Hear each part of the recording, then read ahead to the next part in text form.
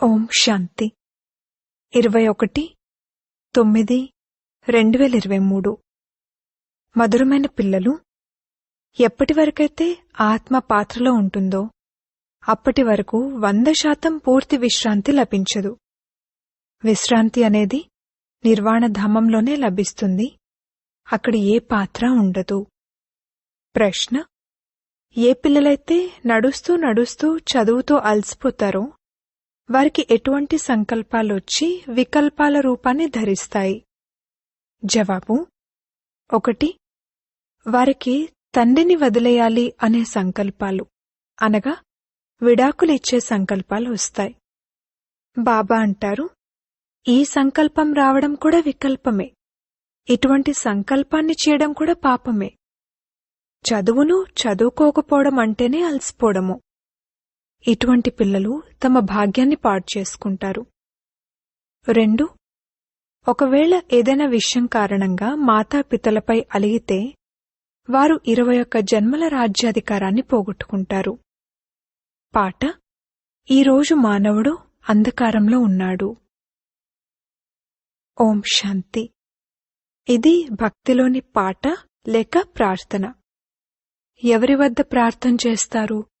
భగవంతుని వద్ద. కాని ఘోర అంధకారంలో ఉన్న కారణంగా భగవంతుని గురించి తెలియనే తెలీదు.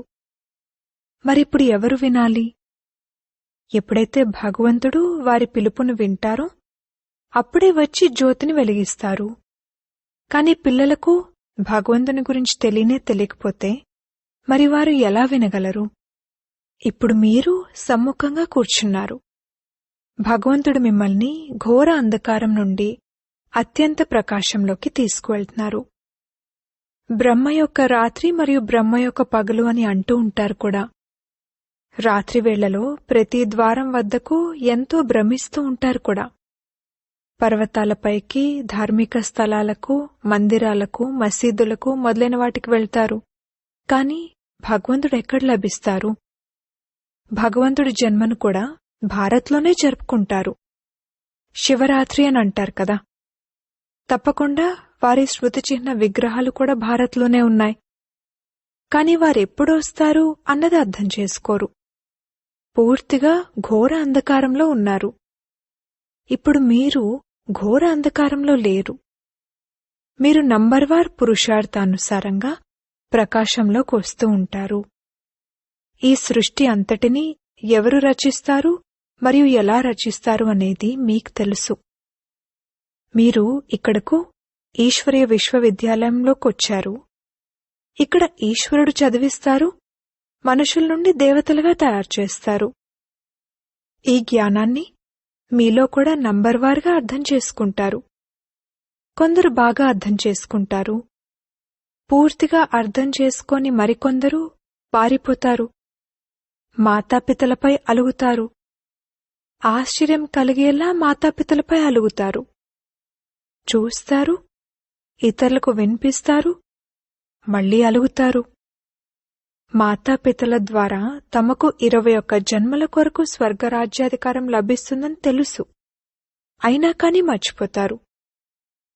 బాబా అర్థం చేయించారు, దేనినైతే శాంతి అనంటారో అది శాంతిధామం లేక నిర్వాణధామంలోనే లభిస్తుంది. దానిని ముక్తిధామం అని కూడా అంటారు. ఒకవేళ ఎవరైనా మేం 100% విశ్రాంతిలో ఉన్నాము అని అన్నా సరే ఆ మాట సరికాదు. రోజంతట్లో ఏదో ఒక కర్మ తప్పకుండా జరుగుతుంది. అయితే అల్పకాలికంగా రాత్రివేళలో తీసుకునే నిద్రను విశ్రాంతి అని అంటారు. ఎందుకంటే ఆత్మ అంటుంది, నేను రోజంతా పనిచేసి అలసిపోయాను, ఇప్పుడిక విశ్రాంతి తీసుకుంటాను. తనను తాను శరీరం నుండి అతీతం చేసుకుంటుంది. తండ్రి శాంతి దేశంలో ఉంటారని మీకు తెలుసు. లేక పరంపిత పరమాత్మ అక్కడ విశ్రాంతిలో ఉంటారని భావిస్తారు. కాని ఎప్పుడైతే తమ పాత్ర ఉండదో అప్పుడే పరంపిత పరమాత్మ విశ్రాంతిలో ఉంటారు. ముక్తిధామంలో ఏ పని చెయ్యరు. ఇవి బాగా అర్థం చేసుకోవాల్సిన విషయాలు. ఇప్పుడు మీ బుద్ధితాళం తెరుచుకుంటూ ఉంటుంది. తండ్రి అంటారు, నేను విశ్రాంతిలో ఎప్పుడు ఉంటానో మీకు తెలుసా? ఎప్పుడైతే పిల్లలను మీరు స్వర్గంలో సుఖంలో ఉంటారో అప్పుడు. అక్కడ మీకు సుఖశాంతులుంటాయి. దానిని విశ్రాంతి అని అనరు. ఎప్పుడైతే మీకు ఏ పాత్ర ఉండదో అప్పుడే దానిని విశ్రాంతి అని అంటారు. ఎప్పుడైతే మీరు స్వర్గంలో ఉంటారో అప్పుడు నేను ఏ విధంగానూ శ్రమించవలసిన అవసరం ఉండదు. నేనక్కడ ఇంటిలో శాంతిలో ఉంటాను. అక్కడ శాంతిని ఇంకొక మాటలో విశ్రాంతి అని అంటారు. ఇక్కడైతే విశ్రాంతిలో ఉండలేరు. ఆత్మ అంటుంది, ఎప్పుడైతే రాత్రివేళ నిద్రిస్తానో ఆ సమయంలో నేను విశ్రాంతిలో ఉంటాను. ఆ సమయంలో విశ్రాంతిలో ఉన్నాను అనన్నా లేక శాంతిలో ఉన్నాను అనన్నా విషయం ఒక్కటే. రాత్రివేళలో అశరీరిగా అవుతారు, శాంతిగా అవుతారు. మళ్ళీ లేచిన తర్వాత కర్మల్లోకొస్తారు. అప్పుడు విశ్రాంతి ఉండదు. కర్మలు చేస్తూ విశ్రాంతి లేకపోవడాన్ని ఫీల్ అవుతారు. సత్యుగంలో విశ్రాంతి లేకపోవడమనే మాటే ఉండదు. విశ్రాంతి లేకుండా చేసేది మాయ. మేము విశ్రాంతిలో ఉంటాము అని అక్కడనరు. అక్కడ కార్యవ్యవహారాలన్నీ చేసుకుంటారు, కాని అశాంతిగా ఉండరు. అక్కడ విశ్రాంతి అనే పదము ఉండదు. ఒకవేళ ఎవరైనా మేము విశ్రాంతి తీసుకునేందుకు షిమ్లా వెళ్తున్నాము అనంటే అందులో విశ్రాంతి అన్న పదానికి అర్థం లేదు. ఎప్పుడైతే మనం నిర్వాణధామంలో ఉంటామో అప్పుడే సత్యమైన విశ్రాంతి లభిస్తుంది. అక్కడ నిశ్శబ్దంగా ఉంటాము. ఇక్కడ విశ్రాంతి ఎవరికీ లేదు. ఒకవేళ ఎవరైనా మాకు 100% విశ్రాంతి ఉంది అనంటే అది తప్పు. దానిని అజ్ఞానం అంటారు. అయితే ఎవరికైనా చదువుకోవాలని లేకపోతే వారు విశ్రాంతి తీసుకుంటాము అని అంటారు. చదువుకోకపోవడం, విశ్రాంతి తీసుకోవడం ఇది మరి అలసిపోవడమే కదా. వారు తమ భాగ్యాన్ని తామే పాడు చేసుకుంటారు. ఓ రాత్రి ప్రయాణికుడా, స్వర్గానికి వెళ్లే మార్గంలో నడుస్తూ నడుస్తూ అలసిపోకు, అలిగిపోకు అని అర్థం చేయించడం జరుగుతుంది. మాతాపితలకు విడాకులిచ్చే సంకల్పాన్ని కూడా రానివ్వకూడదు. ఈ సంకల్పం చేశారంటే దానిని వికల్పమనే అంటారు.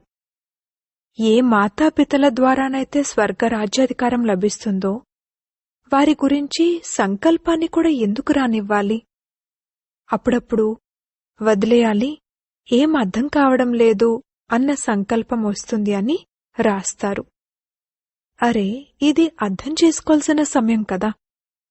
అర్థం చేసుకోవడం అనగా చదవడం. మనం చదువుకుంటున్నామని మీకు తెలుసు.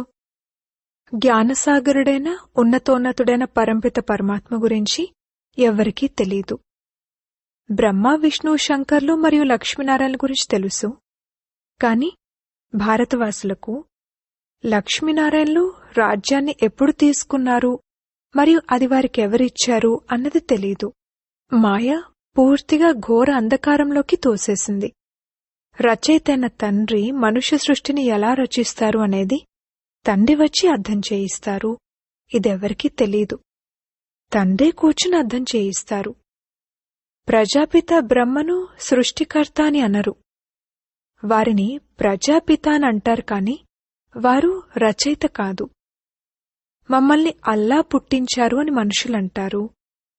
నిరాకారుడైన తండ్రినే రచయిత అంటారు. రచయితైన తండ్రి గురించి తప్పకుండా మనుషులే తెలుసుకుంటారు, జంతువులు తెలుసుకోవు కదా. మమ్మల్ని పరమాత్మ రచించారు అని జంతువులైతే తమ నోటితో అనవు. మమ్మల్ని భగవంతుడు రచించారు అని మనుషులంటారు. ఈ రచనను ఎలా రచించానో చూడండి అని తండ్రి కూర్చుని అర్థం చేయిస్తారు. మొట్టమొదట ముఖ వంశావళి యొక్క రచన జరుగుతుంది. పిల్లలు పెద్దై తర్వాత తండ్రిగా అవుతారు.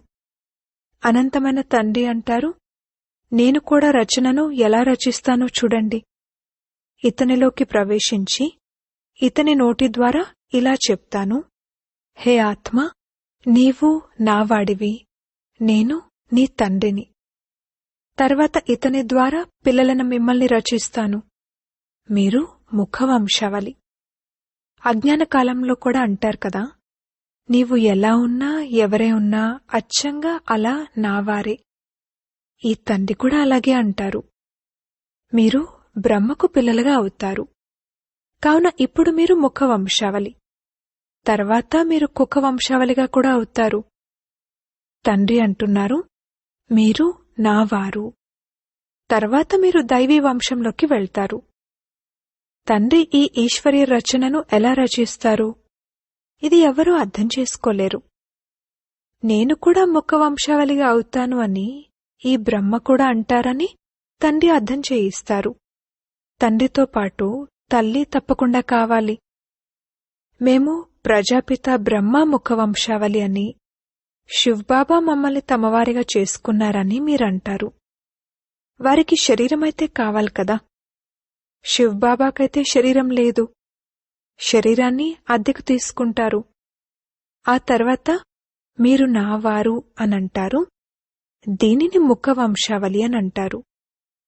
శివ్బాబా ఈ ముఖం ద్వారా, ఈ స్త్రీ బ్రహ్మ ద్వారా మీరు నా పిల్లలు అనంటారు. తండ్రియే అర్థం చేయిస్తారు. ఇంకే శాస్త్రాలు మొదలైన వాటిలో ఈ విషయాలు లేవు. మీరు ఇప్పుడు వింటారు, తర్వాత కనుమరుగైపోతుంది. ఈ సమయంలో ఘోర అంధకారం ఉంది. తండ్రి వచ్చి ప్రకాశాన్ని ఇస్తారు.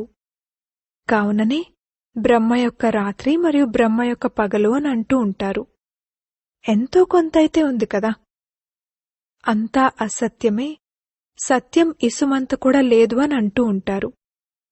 కాని తండ్రి అంటారు, ప్రపంచం ఎంతో కొంత ఉంటుంది, ప్రళయం జరగదు.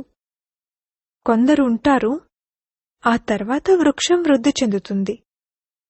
మనుషులు మహాప్రళయాన్ని చూపించారు, కాని మహాప్రళయం ఎప్పుడూ జరగదు. సముద్రంలో బాలుడు రావి ఆకుపై తేలుతూ రావడమనేది జరగదు. ఇవన్నీ ప్రగల్భాలు.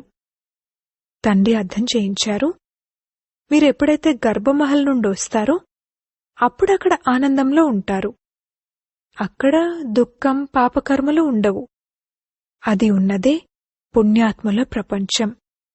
ఇది పాపాత్ముల ప్రపంచం.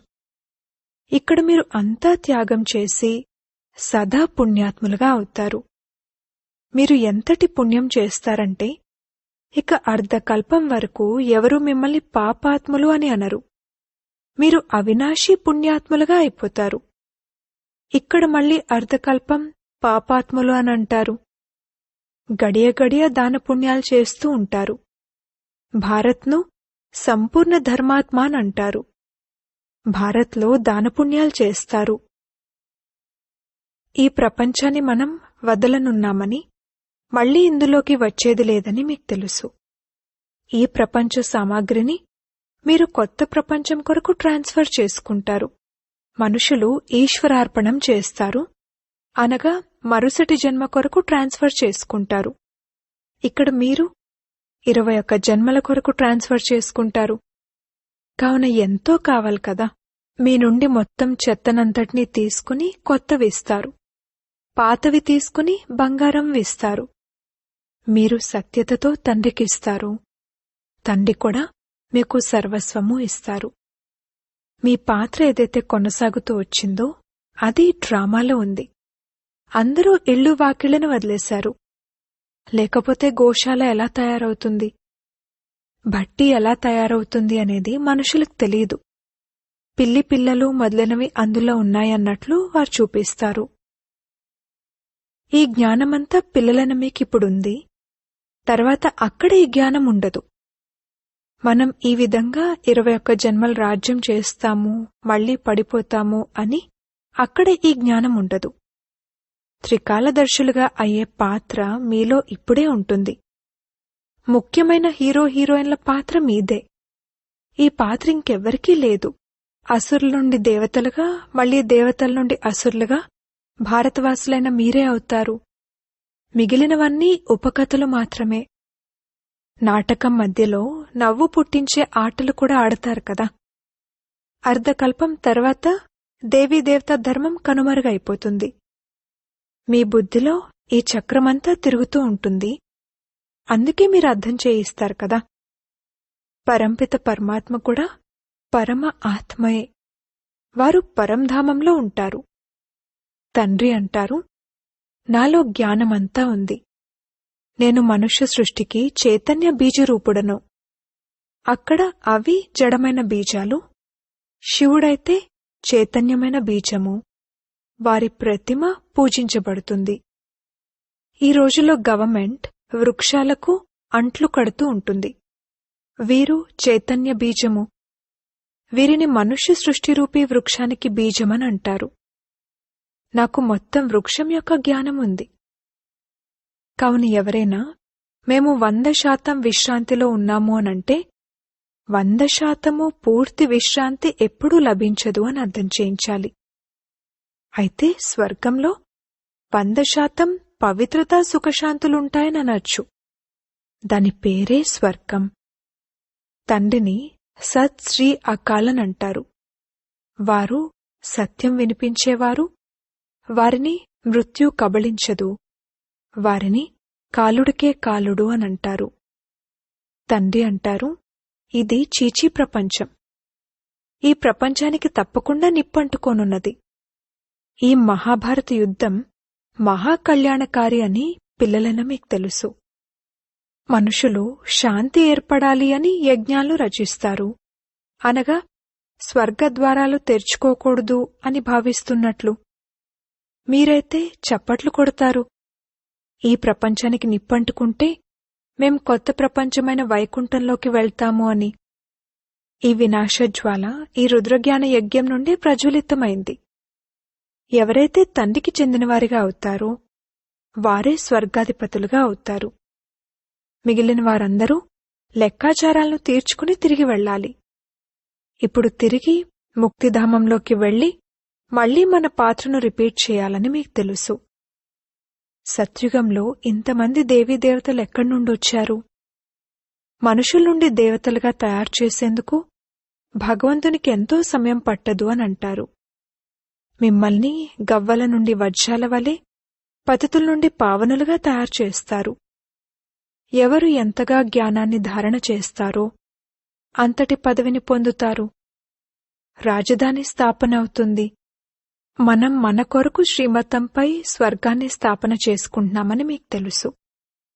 ఒకవేళ ఎవరైనా శ్రీమతంపై అలిగి తమ మతమనుసారంగా నడిచినట్లయితే అది రావణమతమైపోతుంది. అందుకే అడుగడుగునా మీరు శ్రీమతాన్ని తీసుకుంటూ ఉండండి. తండ్రి మిమ్మల్ని జీవిస్తూ ఉండగానే ట్రస్టీలుగా తయారు చేస్తారు. అచ్చా, మధురాతి మధురమైన సిక్కిలదే పిల్లలకు మాతా పితా బాప్దాదాల ప్రియస్మృతులు మరియు గుడ్ మార్నింగ్. ఆత్మిక పిల్లలకు ఆత్మిక తండ్రి నమస్తే. ధారణ కొరకు ముఖ్య సారము. మొదటి పాయింట్, సంపూర్ణ దానీలుగా అవ్వాలి. సత్యతతో అంతా తండ్రికి అర్పణ చేసి కొత్త ప్రపంచం కొరకు ట్రాన్స్ఫర్ చేసుకోవాలి. రెండవ పాయింట్, జీవిస్తూ ఉండగానే ట్రస్టీలుగా అవ్వాలి. అడుగడుగునా తండ్రి నుండి శ్రీమతాన్ని తీసుకోవాలి. ఎప్పుడూ శ్రీమతంపై అలిగి మన్మతంపై నడవకూడదు.